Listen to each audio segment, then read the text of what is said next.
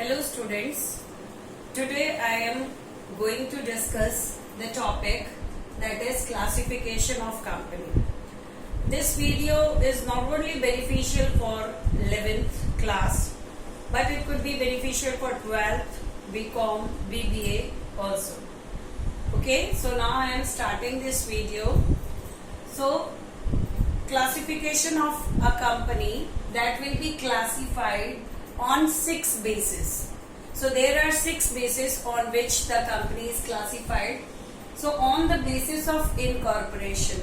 So how the company is incorporated, so what are the formalities that are doing at the time of incorporation. So that company will be classified into 3 terms. So first one is chartered company. Chartered company, it is not usually in trend in India, but it was a trend in Britain में इसका ज्यादा trend है. India में क्योंकि monarchy नहीं है, कोई राजा महाराजा नहीं है, रॉयल कंपनी होती है. This is a royal company. By passing a regulation, एक चार्टर पास किया जाता है. जो भी राजा होता है वो एक चार्टर पास करता है और उसके थ्रू जो कंपनी होती है वो चलती है. तो definitely what ever the rules and regulations is implemented by that royal king, that will be followed in that company itself.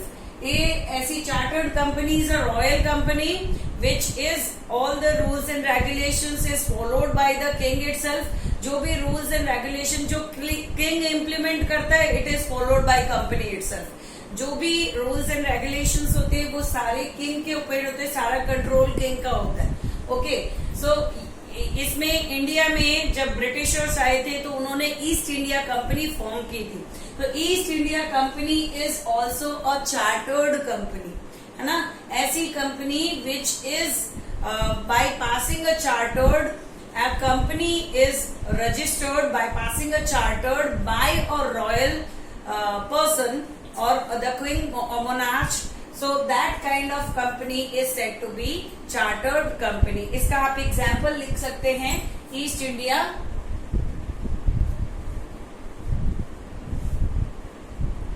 So east India company यहाँ पे एग्जाम्पल में हम मेंशन कर सकते हैं. Now next is statutory company. Statutory company is that company where a certain kind of bill or the regulation is passed in the parliamentary. Parliamentary में एक bill pass किया जाता है, फिर उसकी कंसेंट मिलती है, फिर रेगुलेशन बॉडी बनती है और फिर उसके बाद वो कंपनी फॉर्म की जाती है. सो ऐसी कंपनी जो कि पार्लियामेंट्री में एक बिल पास करने के बाद, एक रेगुलेशन पास करने के बाद इंप्लीमेंट की जाए, उसको अपन क्या कहते हैं, स्टैट्यूटरी कंपनी. डेफिनेटली गवर्नमेंट के इस अंडरटेकिंग होती है ये, जैसे LIC हो गया, सेबी हो गया, RBI हो गया. These are statutory company where the regulation was passed in the parliament and later on the establishment was done. तो इनका एक स्पेशल एक्ट भी होगा, उस एक्ट को they follow that act. RBI का एक अपना है बैंकिंग रेगुलेशन एक्ट, सेबी का अपना है stock exchange board of India, उनका सेबी एक्ट, उसको वो फॉलो करते हैं. LIC डेफिनेटली वो भी जो है life insurance corporation of India, ये भी एक एक्ट रेगुलेशन पास करके और फिर बनाया गया था. तो ये एक तरह से आप ये कह सकते हो कि इसमें गवर्नमेंट के रूल्स एंड रेगुलेशंस जो हैं वो उनको फॉलो करने पड़ेंगे. Definitely lot of complication is also there. कुछ इंटेंशन होता है गवर्नमेंट का उसको अकम्प्लिश करने के लिए. द पार्लियामेंट्री सम रूल्स और regulation was passed in the parliamentary and then the company was formed. Later on, next is registered company. Registered company, any company that is registered under Company Act 2013. Earlier it was Company Act 1956.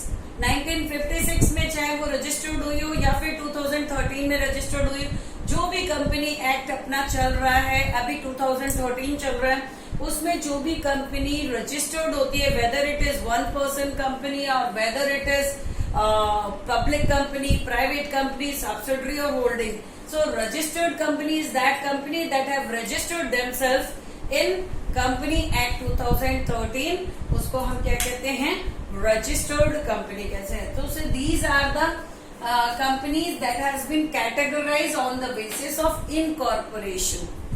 So broadly 3 categories are there in case of incorporation of company. Next is on the basis of liability of member.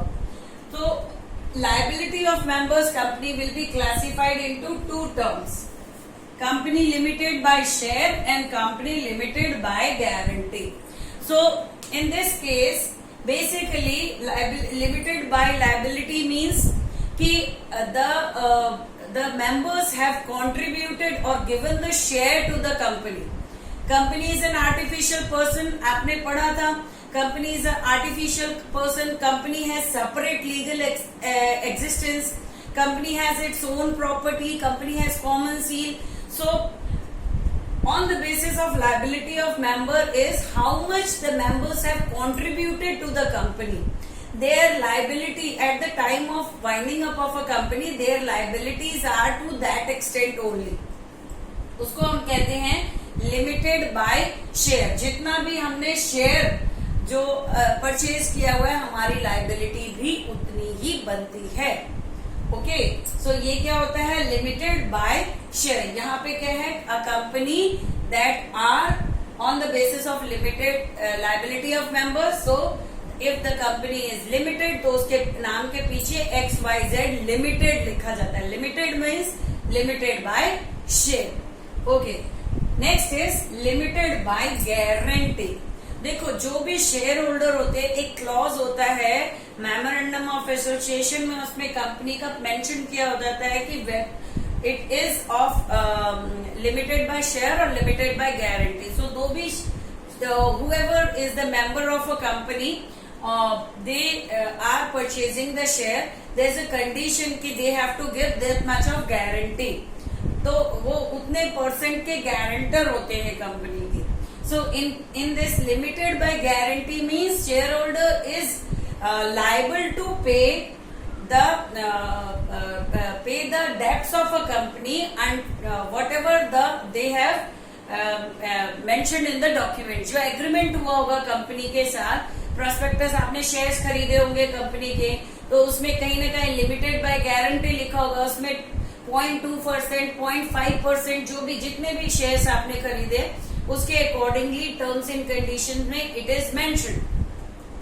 So it is not equal to share but the percentage that is mentioned as a guarantee that you have taken at the time of purchasing a share of a company. तो यहाँ पे क्या होता है, इसको हम कहते हैं limited by guarantee. So broadly if we'll categorize the company on the basis of liability of a member, then it has 2 categories. One is limited by share, another is limited by guarantee. In case of limited by share, it means how much shares you have purchased, you are liable to pay the debts of a company or bearing the risk of a company to that extent only. Your personal property is safe. Here limited by guarantee is whatever the agreement you have done a contract at the time of purchasing a share of a company. In that one clause is mentioned, you are giving a guarantee to that extent. So limited by guarantee is a surety that at the time you are bearing the risk or you are taking the guarantee of a company to the extent which is mentioned in that clause. So यहाँ पे क्या होता है, limited by guarantee. Next is on the basis of number of members. So on the basis of number of members, basically कितने members होते हैं उन पर depend करता है. So there are one person company also. अब जो 2013 का जो क्लॉज आया था उसमें 2000 में ही ये कंपनी एक्ट में एक रूल आ गया था कि 1 पर्सन कंपनी को भी हम परमिशन दे दी गई थी। वन पर्सन कंपनी कौन सी कंपनी होती है, जो कि 2013 एक्ट में ये इसका क्लॉज है। इसमें एटलीस्ट वन डायरेक्टर हो सकता है, वन डायरेक्टर, और मैक्सिमम ऑफ 15 डायरेक्टर। मिनिमम तो वन डायरेक्टर होता है, मिनिमम वन डायरेक्टर होता है और मैक्सिमम 15 डायरेक्टर्स हो सकते हैं। यहाँ पे क्या होता है, जो भी कंपनी होती है, अगर वन डायरेक्टर है, definitely all the capital subscription will be done by himself itself, है ना, and it is a big kind of business, so that's why ROC is also done, but certain provisions are there, and in 2013 earlier it was not there, but in 2013 act one person company is also there, where they can bear the risk of a company, they'll invest to the company, and they are doing all the practices that is mentioned in the Company Act 2013. 2013 में जो भी company act में mention किया है वो सारे rules and regulations को follow करते हैं, और क्योंकि वन पर्सन होता है, यहाँ से वन से मैक्सिमम 15 तक डायरेक्टर्स हो सकते हैं। ठीक है, तो बोर्ड ऑफ डायरेक्टर्स से मेजोरिटी से डिसीजंस लेते हैं, और they are sharing the capital subscription also and rest of thing. फिर भी इसमें बहुत ज्यादा कॉम्प्लिकेशंस नहीं होती है as in case of public company, क्योंकि यहाँ पे रिस्ट्रिक्शन क्या है, वन पर्सन कंपनी है, तो यहाँ पे भी पब्लिक का इन्वॉल्वमेंट इतना ज्यादा नहीं है। Now next is private company. Private as a name indicate itself, अभी मैंने आपको difference between private and public company भी बताया था। So, private company is that company where the number of members are there. Minimum तो 2 होते हैं और maximum 200 तक हो सकते हैं। तो private company is that company, after the name of that company private limited लिखा होता है। ABC या private limited, ABC company, ABC private limited. So in that way it is mentioned on the name of a company itself, जो भी company होती है, और इसमें मिनिमम जो मेंबर्स हो सकते हैं 2 हो सकते हैं और मैक्सिमम 200 तक होते हैं। प्राइवेट कंपनी कौन सी होती है, प्राइवेट कंपनी उसको कहते हैं जो शेयर्स भी इशू करती है, पर वो शेयर्स कौन खरीदता है, उनके जो मेंबर्स होते हैं वही खरीदते हैं। शेयर सब्सक्रिप्शन जो होता है वो पब्लिक को नहीं दिया जाता है। यहाँ पे प्राइवेट कंपनी में सर्टिफिकेट ऑफ इनकॉर्पोरेशन, जैसे ही कंपनी रजिस्टर्ड होती है by the name of private company, name mention किया जाता है, नेम क्लॉज पे, सब्जेक्ट क्लॉज पे, object clause, everything is mentioned, सारा मेंशन किया जाता है।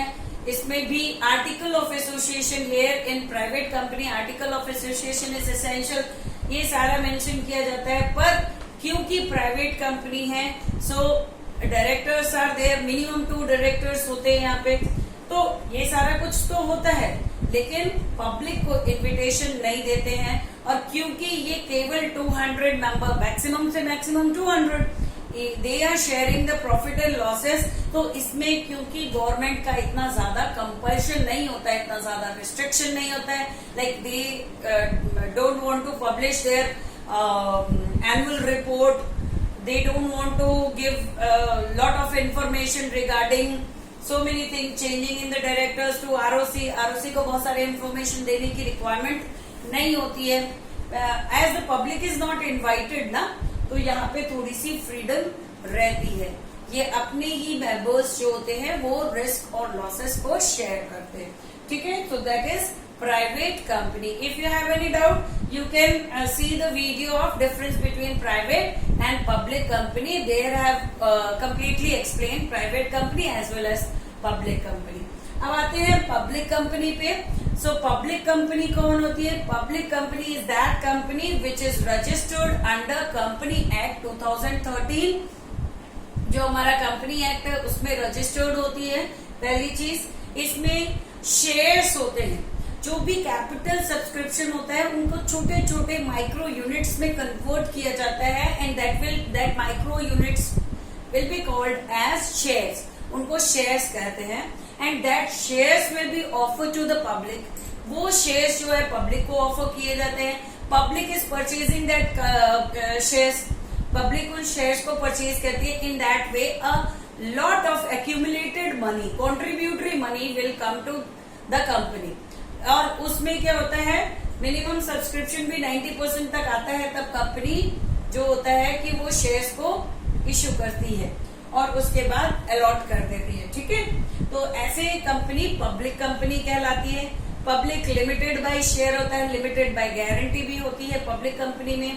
Public company is there as the name indicates itself, public company होती है. सो यहाँ पे बहुत सारी कॉम्प्लिकेशंस होती है. Like they have to prepare memorandum of association, article of association. अब मेमोरेंडम और आर्टिकल क्या है, इनकॉर्पोरेशन ऑफ कंपनी जो आएगा उसमें हम आपको डिटेल में समझाएंगे. So memorandum of association and article of association, these are a kind of documents. Then prospectus, it is essential to make all these formalities. They have to take prior permission of the name of a company from the registrar itself. Okay, फिर memorandum article ये सब बना के और फिर registrar से permission लेनी होती है. After the certification by the registrar, company will get a certificate of incorporation. Certificate of incorporation मतलब है it company is registered. Company registered होने के बावजूद भी it requires one more certificate, that is commencement of business. Certificate of commencement of business. Incorporation होने के बाद भी कंपनी को एक certificate of incorporation of business मिलता है. देन ओनली डॉक्यूमेंटेशन फॉर्म में कंपनी का जो है वो स्टार्टअप मानी जाती है. Okay, so that is public company. Directors जो होते हैं, board of director, that are managing, that are having a control on the company. Company में क्या एक्टिविटीज होंगी, कैसे होगा, क्या है वो, that all will be done by directors and mutual decision होती है. Board of directors are taking decision as per majority itself. Company secretary होती है. Lot of formalities are there. CA से अपना पूरा एनुअल रिपोर्ट भी तैयार करवाते हैं, उसको सर्टिफाई भी करवाते हैं, है ना, चेक भी करवाते हैं. सो और उसकी जो कॉपी है वो रजिस्ट्रार को भी देते हैं. So public company have to do lot of formalities and they have to give all information to the ROC. Registrar को देनी पड़ती है. इंस्पेक्शन कमेटी होती है that can visit to the company and that can inspect the documents of a company. ये भी एक provision होता है that company is doing it as per the norms that is there in Company Act 2013 or not, है ना. So otherwise ऐसा नहीं होता है तो live the corporate well of a company, ये भी एक condition होती है. Okay, so this is public company. I hope you have understood it. Now next is fourth one is on the basis of control. Control के basis पे company को हम 3 parts में डिवाइड करते हैं. First one is holding company. Control मतलब होता है कंपनी पे कितना हमारा जो है वो कंट्रोल है. So holding company is that company जो which is having 51% of share. वो holding company is that company where like 2 companies जब कंबाइंड होती हैं, कोई भी 2 कंपनीज कंबाइंड होती हैं और तब वो 2 कंपनीज कंबाइंड होने के बाद एक कंपनी का जो शेयर होता है वो 51% या उससे ज्यादा होता है और दूसरी कंपनी का जो शेयर है जो उससे एसोसिएट हुई है उसका जो शेयर है 49% या उससे कम होता है. तो उसको हम क्या कहते हैं, जो होल्ड कर रही है यानी मेजोरिटी ऑफ शेयर्स होल्ड कर रही है उसको हम कहते हैं holding company. Holding company is that company where the company is holding maximum share और more than 51% of share of a company. So that kind of company is said to be holding company. अब देखो बच्चे, अगर कोई भी holding company होगी and that are holding 51% of share, तो basically उसका नाम भी, नेम क्लॉज में भी उसका नाम थोड़ा ज्यादा होगा। बोर्ड ऑफ डायरेक्टर्स में डायरेक्टर्स उनके ज्यादा होंगे, है ना, और जो प्रॉफिट होगा उसमें भी शेयर उनका ज्यादा होगा। So lot of things are there. ये ज्यादातर उसको ओवरलैप करते हैं। जो सब्सिडरी कंपनी है वो उसकी छत्र छाया में रहती है। जो सब्सिडरी कंपनी है, लाइक अगर हम सब्सिडरी कंपनी कहें, so holding company is that company that has the greater power in the company, and subsidiary company is that company that is having a minimal power or less power than holding company. Holding company वो जो किसी को hold करके रखती है। Hold करके रखने का मतलब क्या होता है? अगर आप किसी को होल्ड कर रहे हैं, it means you should have more power than the other company. तो यहाँ पे वही सेम चीज है। कैपिटल सब्सक्रिप्शन होल्डिंग कंपनी का ज्यादा होता है, कंट्रोल भी मैनेजमेंट में होल्डिंग कंपनी का ज्यादा होता है, डायरेक्टर्स होते हैं। ऐसा नहीं है सब्सिडरी कंपनी के नहीं होते।